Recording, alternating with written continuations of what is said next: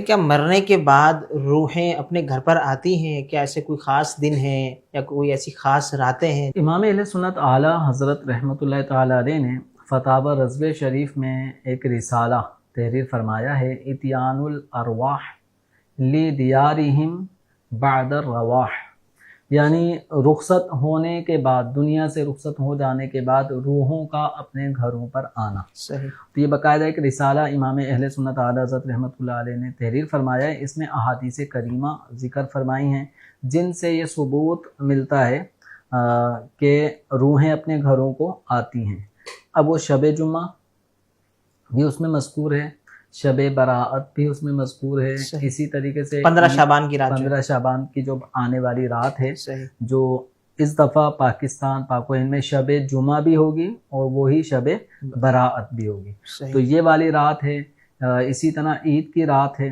ان ایام میں ارواحیں اپنے گھروں کی طرف آتی ہیں، اور اس بات کا یعنی پوری ان جو اعلیٰ حضرت رحمۃ اللہ نے رسالے میں جو احادیث لکھی ہیں اور اسلاف کی کتابوں سے اس میں جزیات حوالے ذکر کیے ہیں، ان سب کا خلاصہ یہ ہے کہ ارواحیں اپنے گھروں کو آ کر وہ انتظار کرتی ہیں کہ اب ہمارے گھر والے وہ ہمیں کچھ نہ کچھ صدقات و خیرات ہمارے لیے دیں گے، اِصالِ ثواب کریں گے۔ اگر ہمارے لیے کوئی صدقہ خیرات کر کے اس کا ثواب ہمیں وہ پہنچا رہے ہیں یا نہیں پہنچا رہے، اگر انہیں ثواب پہنچ رہا ہوتا ہے، جیسے بعض گھروں میں آپ نے دیکھا ہوگا کہ ہر جمعرات کو شب جمعہ مغرب کے بعد کوئی نہ کوئی فاتحہ کا سلسلہ ہوتا ہے، تو اس طرح یہ سارے ثواب جو کیا جائے گا، اب اس میں آپ چاہے نماز پڑھیں، چاہے ذکر و اذکار کریں، اس کا ثواب پہنچائیں، تو روح اس ثواب کو لے کر پلٹتی ہے، خوشی خوشی پلٹتی ہے۔ اور اگر اِصالِ ثواب نہیں کیا جاتا تو وہ انتظار کرتے کرتے کرتے پھر جب رات گزر جاتی ہے تو پھر وہ دوبارہ اپنی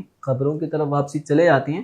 اور یہ احادیث کریمہ میں یہ مضمون موجود ہے کہ مسلمانوں کی ارواح جب دنیا سے مطلب ایک بندے کا انتقال ہوتا ہے تو انتقال ہونے کے بعد ان کی ارواح جنت میں موجود ہوتی ہیں، صالحین کی، نیکوں کی، اور وہ جہاں چاہیں جانا آنا کر سکتے ہیں۔ یعنی گویا ہمارے جسم کے ساتھ جب تک ہم زندہ ہیں تو ہمارے جسم کے ساتھ ہماری روح کا ایسا تعلق ہے کہ مثال کے طور پہ میں یہاں بیٹھا ہوں تو یہاں سے یہاں بھی میری روح نہیں جا پا رہی، کیونکہ میرے جسم کے ساتھ اس کا ایک قید کر دی گئی۔ ابھی ہم سانسیں ہماری چل رہی ہیں، بالکل صحیح، تو ہماری روح ہمارے جسم کے ساتھ ہے، ابھی قید ہے، مقید ہے۔ جب روح جسم سے جدا ہو جاتی ہے تو اب پھر وہ جسم کی پابند اس طرح نہیں رہتی جس طرح دنیا میں جب تک آدمی زندہ ہوتا ہے اس طرح مقید ہوتی ہے، اس طرح اب نہیں رہتی بلکہ وہ آزاد ہو جاتی ہے۔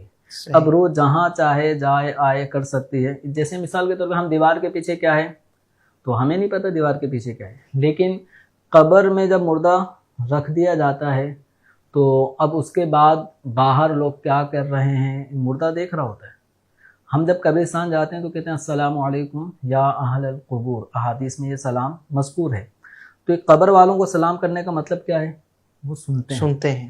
سلام سننے والے کو ہی کیا جاتا ہے، یہی وجہ ہے کہ جو سو رہا ہو اس کو سلام کرنا منع ہے، کیونکہ ہم سلام کریں گے بھی تو اس نے سنا ہی نہیں، جواب بھی دیتے ہیں، وہ جواب بھی نہیں دیتا سونے والا۔ لیکن قبر والا جب قبر میں چلا گیا انتقال ہو کر، وہ مسلمان ہمارے سلام کو سنتا بھی ہے، اس کا جواب بھی دیتا ہے، لیکن اس کا جواب ہم نہیں سمجھ پائیں گے۔ قبر پہ جب ہم جاتے ہیں تو وہ قدموں کی آہٹ بھی سنتا ہے۔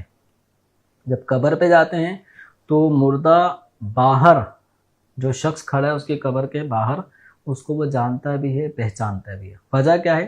کیونکہ اب جو روح ہے وہ جو قبر کے اندر جسم ہے اس کے ساتھ یوں مقید نہیں ہے جیسے ہم زندہ کی روح ہمارے جسم کے ساتھ مقید ہے۔ صحیح۔ تو اب وہ اس کی جسم سے بھی روح کا تعلق رہتا ہے، جو جسم قبر میں دنیا میں جہاں کہیں بھی نیک آدمی کا ہوگا، اور یہی روح کا ایک مقام جنت میں بھی نیک صالحین کی روحوں کو، مومنین کی روحوں کو رکھ دیا جاتا ہے۔ تو یوں روح کا مقام وہاں پر بھی ہوگا اور قبر سے بھی اس کا مردے کے جسم سے بھی تعلق ہوگا۔ اگر وہ بندہ نیک صالح ہے تو جو قبر میں جو مناظر اور جو اس کے لیے آسائشیں ہیں، فرحت خوشیاں ہیں، وہ روح بھی اور جسم دونوں محسوس کریں گے۔ اور اگر اللہ نہ کرے وہ گناہ گار ہے تو پھر مومن کی روح اس تکلیف کو بھی محسوس کرتی ہے جو مردے کو قبر میں درپیش ہے۔